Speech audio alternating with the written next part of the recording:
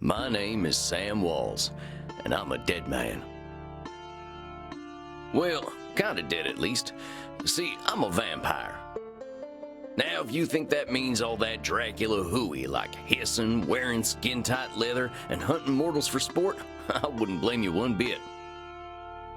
That's exactly the sort of thing I did in my younger years with my former gang. And let me tell you, a vampire who's good with a gun can be a real terror. I got lucky though. I met some kind mortals who saw beyond my fangs. They taught me my letters and showed me how my thinking was keeping me from finding any kind of peace. After they passed on, I roamed America's majestic wilderness for nigh on 90 years, figuring out myself and what it means to be a vampire. And I found revelation. What I realized was, it ain't fangs that make us monsters. It's the self-defeating ways we think. Anywho, as the world started getting smaller, my old vampire gang tracked me down. Them being my kin, I wanted to help them see the world like I did, but they still have the same monster mindset I used to have. Good thing I'm a quick draw. But I got hooked up with this newfangled internet thing and found a vampire who's helping my kin find their way. A fella named Andromachos, supposed to be 3,000 years old. He invited me to come out to Europe to learn from him. I figure someone older than time has got to have the answers. I'm going on a trip, I guess. This feels like my opportunity to do some good in the world. I've been lucky, and now it's time to give back. Vampires ain't monsters. Or at least, they don't have to be. And come hell or high water, I'm gonna prove it to them.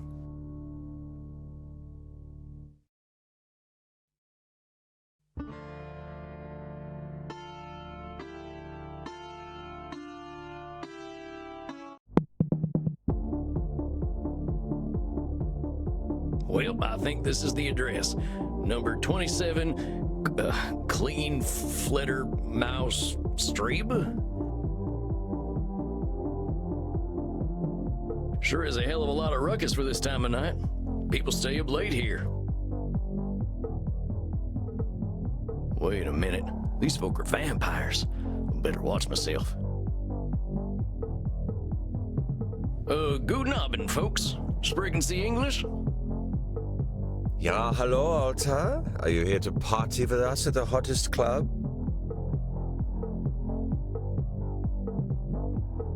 I don't think what I'm wearing will fit the dress code. The cowboy look is totally sexy, but you will get a bit sweaty. I hope we will all get a bit sweaty. Good thing we run a little on the cold side, huh? Don't worry, my Liebling. We make each other warm. Reinhard, stop. Don't scare the American. I want to do that. Maxi Liebchen, you're so naughty tonight. No, you are the naughty one. Oh, I definitely ain't an American no more. I'm looking for Andromachos. You mean the club owner? Ja, that is why we are here. If you're lucky, he will invite us to the private party at the end of the night. Well, what happens there? I think maybe it is too kinky for Americans to hear. Well, what's so special about this club? Immernacht is the greatest club aller Zeiten. The owner makes sure everyone has a good time. If anyone acts without respect, they are banned from the club forever. You are free to do and be whatever you like, as long as you are harming no one. And I hear that they are now attracting sexy old cowboys. Shh, Maxi, he is old enough to be your grandfather. Oh, come on now. You're just flattering me. I'm only a couple 100 years old. Oh mein Gott, he is so cute, Reinhard. Can I keep him? I can cut loose. What kind of party is this? The kind where we dance all night and get sexy. Oh, you're them kind of vampires. Ach so, there are better things to suck than blood, oder? Although we have to get past the bouncer first. If we do not, I'm thinking our night is ruined. Oh, wait a sec. There's something about what she just said. I can feel it. It reminds me of one of my revelations about the funny patterns in the way we vampires think. Well, let's see. One type of thinking I noticed I called hot branding. That's when we brand ourselves with names we can't get rid of. There's high noon mind. That's when we treat a situation like it's a do-or-die showdown. And there's saloon thinking. That's when we act either helpless or invincible, like we've just drunk a pint of moonshine. I can always check my journal if I need examples. I kept all my notes about the funny ways we vampires think in there. I think I know which one of them funny ways they're thinking in, though. Hold on, compadres. You seem like the kind who can make their own fun. I don't want to have my own fun. Immernacht is the only place to be on Friday night.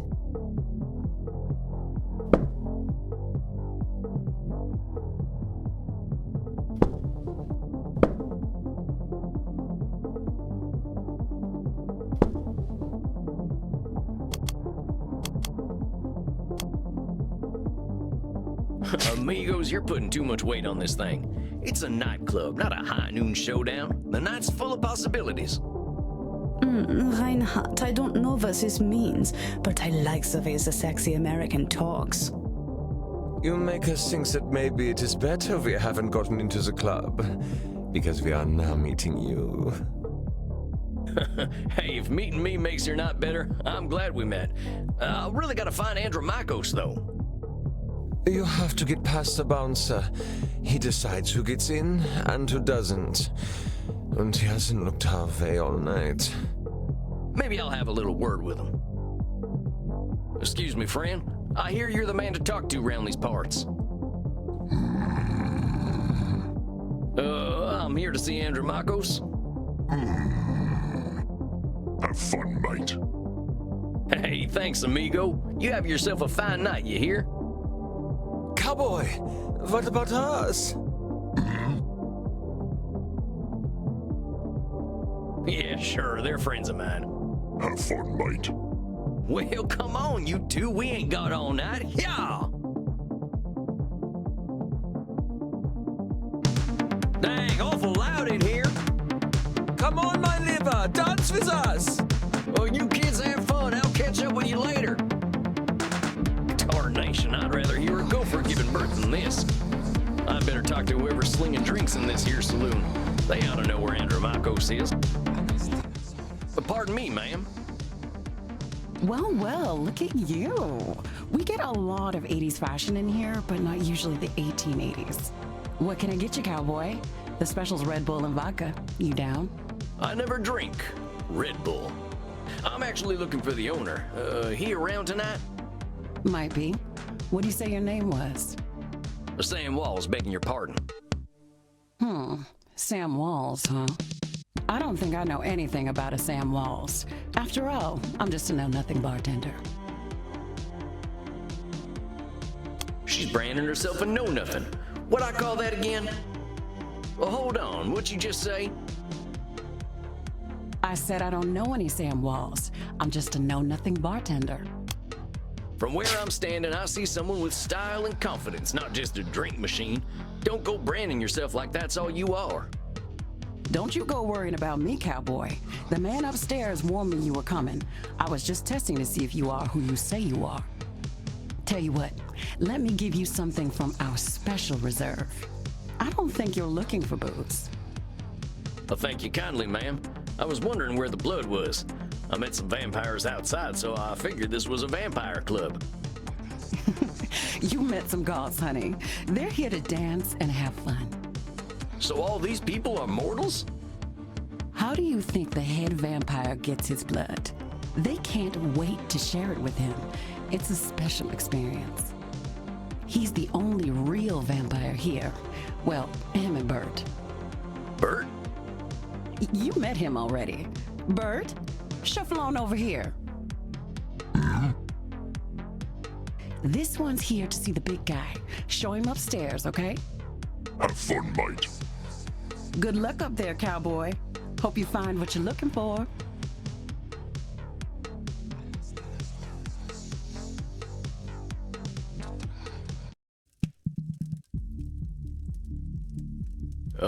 Howdy. It's Sam Walls to see you, sir. The guy who's been sending you all them V-mails. Yes, I know who you are, Samuel Walls. You have come here because you believe you can help our kin. The question is, are you first able to help yourself? I've been fixing myself for more than a century now. I don't think I need help. Then you must prepare to learn a most difficult lesson. We all need help, Samuel. I am pleased that you have come to receive mine. Dang, you scared the heck out of me. You must allow an ancient vampire his games. He will play them regardless. Please, sit down. What an absolute pleasure it is to meet you at last. I found your messages most intriguing. Afraid there ain't much here in the way of intrigue. I'm just a lonesome cowboy looking for answers. You know, I receive emails every day from vampires seeking my help. You are the very first to seek my aid in helping others. This alone makes you intriguing. Well, dang. I think you're gonna be sorely disappointed when you get to talking to me. I'm just honored you're giving me the time of night. I have unlimited time, Samuel. I am pleased to share some of it with you. Our kind can be rather set in their ways. It is inspiring to see someone so young and eager to learn. Yeah, well, I wasn't much for learning when I was alive. Just making up for lost time, I guess. It sounds as though you have been handling your own life better than most. I was particularly intrigued by these revelations you had while walking in nature. Oh yeah, them. Well, I give walking the credit. Nothing sorts my thoughts out better. After a few decades, I started seeing patterns in the way we vampires think. Can you explain some of these patterns? I've tried to explain them to other vampires, but it ain't never gone well. I can try, though. See, we tend to assume certain things just because we've been believing them since we were alive. Or we decide the world's against us just because we're hungry or tired or something. And when we start tackling problems that ain't real, we ain't fixing our real problems. That make any kind of sense? Fascinating, Samuel. These revelations that you had in the woods, mortal psychologists have a term for them. They are called cognitive distortions. Cognitive whoozy what now? Cognitive distortions. They are exactly as you described them. I will explain in a moment. Please, tell me about these specific revelations you had. Well, I noticed how we stress ourselves out by making everything a battle of do-or-die absolutes. High noon mind, I call it. Like that feeling you get right before a big shootout. I must confess I have no experience with this feeling. I engaged in mortal combat long before the age of gunpowder. But the sentiment you describe mirrors the words of my old friend Marcus Aurelius. He used to say that the magnitude of life's challenges often turn us into our worst selves.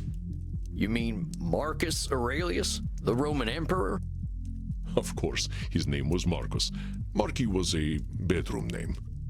You mean you and the emperor were... It was ancient Rome. Penetration was similar to a handshake. My apologies. I somehow forgot you were American.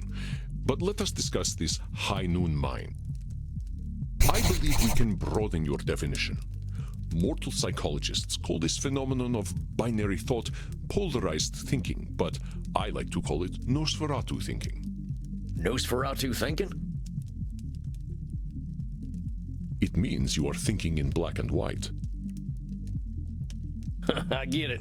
That's pretty funny. I believe it encompasses the breadth of the distortion. One is not flatly weak or strong, good or evil, smart or stupid, a success or a failure. The truth is far more complex and colorful. Not every high noon gunfight ends in oblivion, correct? Yeah, that's true. Getting shot still ain't fun, but it ain't the end neither. A perfect example, Samuel. Now, try to catch me using Nosferatu thinking. I will give you a series of statements, and one of them will contain Nosferatu thinking. I will repeat them if you miss it. If I do not drink blood, I will surely die.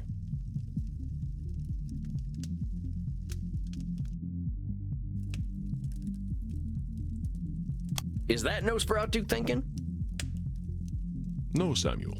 In this case, I am not arguing with reality. If we do not drink blood, we die. This is a fact of being a vampire. Let us continue. Death eventually comes for us all. Mortals will always fear our kind. That's Nosferatu thinking right there. I've met mortals who knew who I was and weren't scared. Very good, Samuel. And even if you hadn't, to say mortals will always fear us ends any hope that they might not. Always is such a terminal word, is it not? Would you like to discuss more of your revelations with me? See, I used to be in a gang. They were my whole existence. If you asked me who I was, I would have said, I'm a murdering bastard. Once I got away, I realized how small-minded that was. I was Sam before I was a murdering bastard, but that's how I was choosing to brand myself. My old gang's still around, and they're still branding themselves like that. They can't see themselves as anything but killers. Very astute, Samuel. I favor the clinical term, however, which is labeling.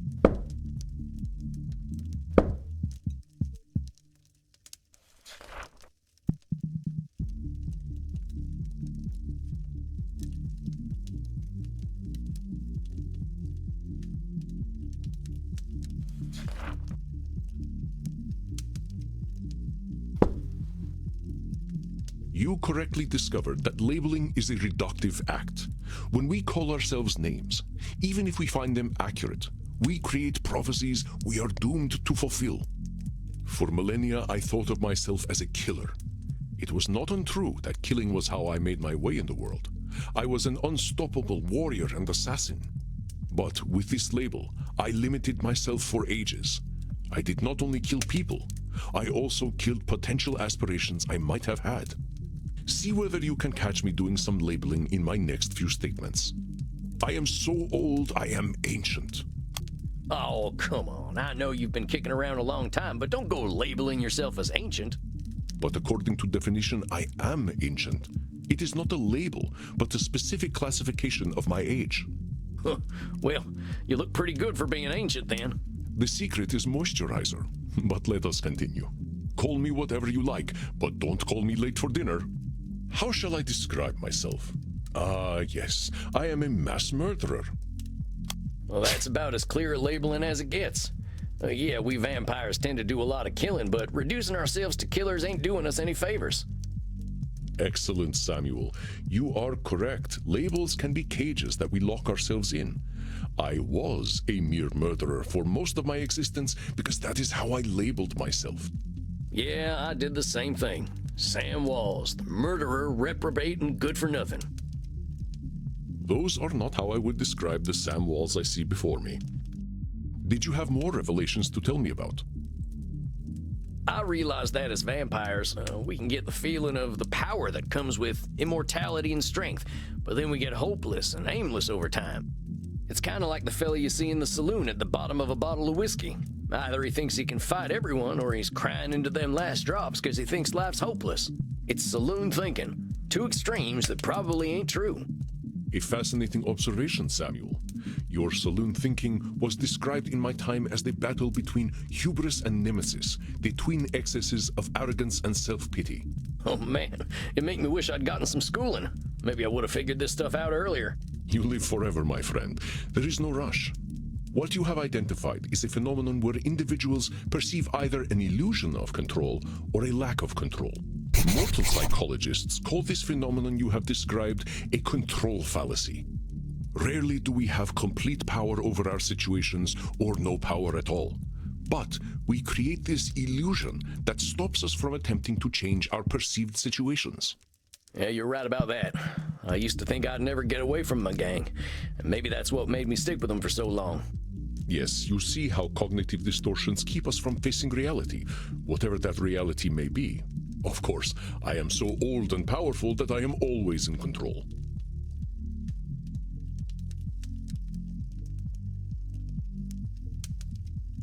You're testing me, ain't you? That's a control fallacy right there. Well done, Samuel. I am indeed very powerful, but the cosmos holds no awareness of Andromachos. Of course, as you expertly pointed out with your analogy about the man at the bottom of a whiskey bottle, a control fallacy can be positive or negative. Listen to my next few statements and try to find a control fallacy. Simply let me continue if you do not detect one. The sun will eventually burn out. I will roam a cold, dead earth, and there is little I can do about it. My kitty cat died. I shall be lonely forever. I'm sorry about your sweet kitty, but you can always pick up a new one. Or there's lots of them just waiting for a loving home, so you don't need to be lonely. It was just an example, Samuel. Well spotted. But I do speak from experience. I felt this way once when a pharaoh I was dating had our cat mummified. I went into a murderous depression that nearly decimated the continent. But I had the power to help myself all along by adopting a new friend in need of a home. Oh, dang, don't let me get on your bad side. I doubt you shall see it, Samuel. Did you have more revelations to tell me about?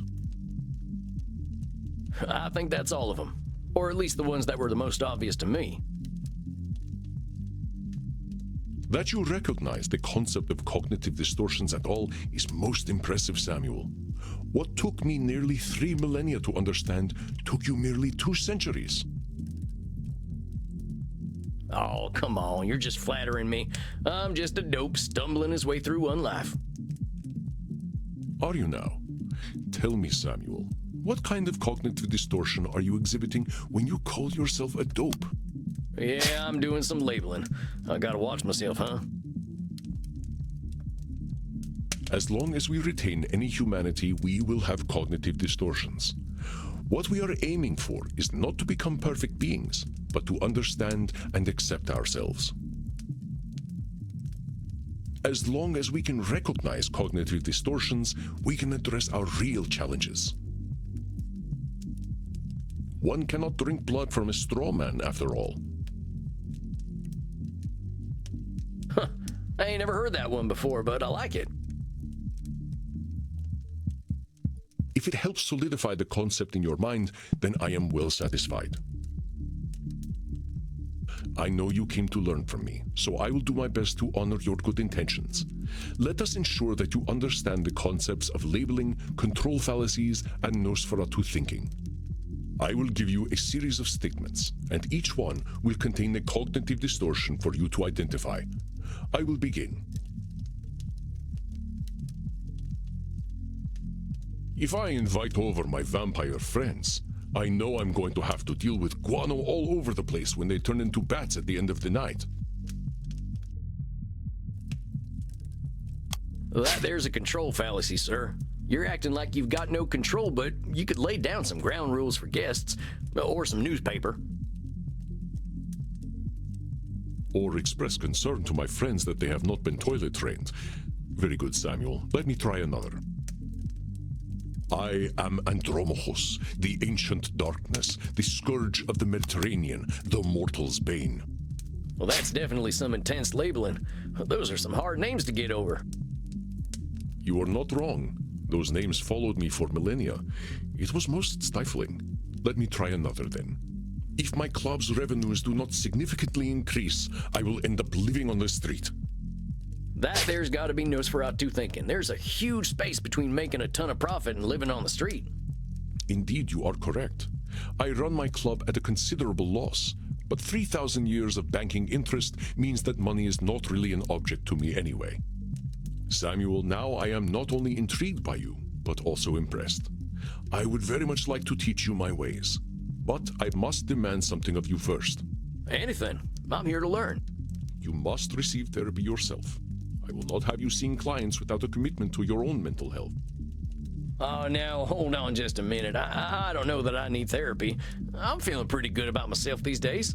Samuel, we all need therapy to live in this world. You have been speaking in cognitive distortions since the moment you walked into my office. I have. I didn't even notice. They are most insidious, but I am here to help you identify and challenge them.